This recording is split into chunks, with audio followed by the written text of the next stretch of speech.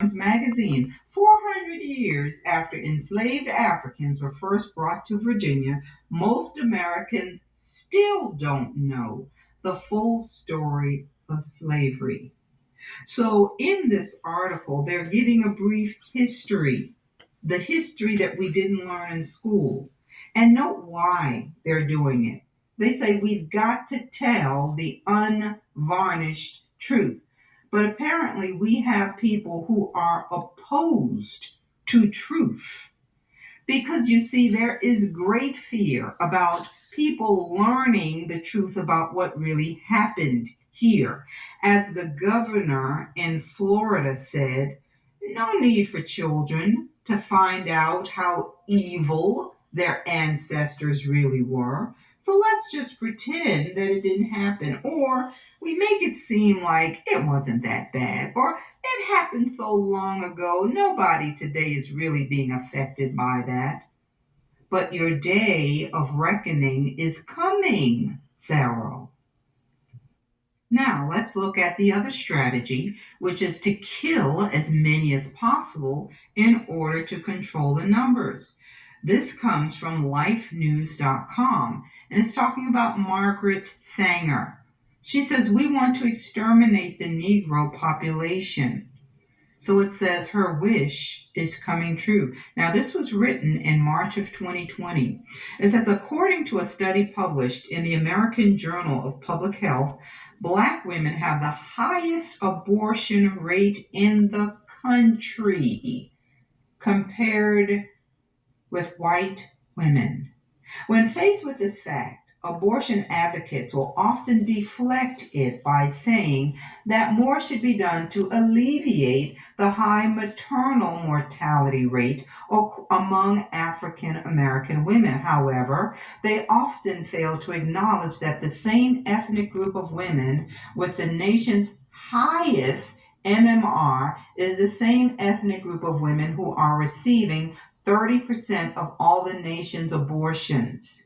There is undoubtedly a physiological connection. But abortion advocates and the medical institutions that are in their pockets do not find it advantageous to highlight any negative side effects from abortion. There is the perception among African American women that the high MMR is due to racism in the type of health care they are given. They often feel like they are not heard or cared for as well as their white counterparts. Planned Parenthood hails founder Margaret Sanger as a champion of civil rights, but one thing they don't talk about is the racism behind her fight to legalize abortion. A group of African American leaders want to focus attention on her ideology and how it affected Black birth rates. Abigail Robertson has more on this story. Margaret Sanger strived for a society that limited births to only those she deemed fit to have children. Well, I think the greatest sin in the world is bringing children into the world that have disease from their parents, that have no chance in the world to be a human being, practically. Delinquents, prisoners, all sorts of things just marked when they're born. That, to me, is the greatest sin. Many pro-choice advocates see her as a hero, but critics call her a racist eugenics promoter who targeted Black communities with her Planned Parenthood clinics. Margaret Sanger, the founder of Planned Parenthood, once said, colored people are like weeds, they need to be exterminated. People don't understand that 79% of Planned Parenthood clinics are located in minority communities, and that minority communities shoulder a disproportionate amount of abortion. Dr. King says while African Americans make up only 13% of the U.S. population, over 30% of aborted babies are from Black mothers.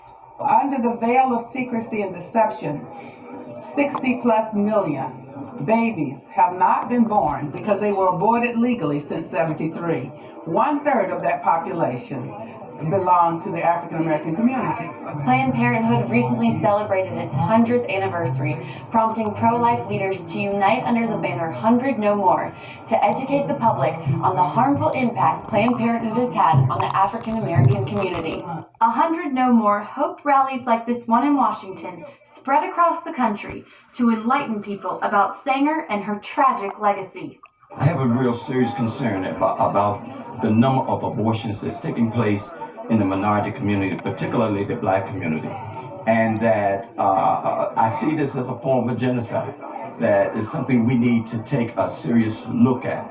Planned Parenthood receives around $500 million each year from taxpayers.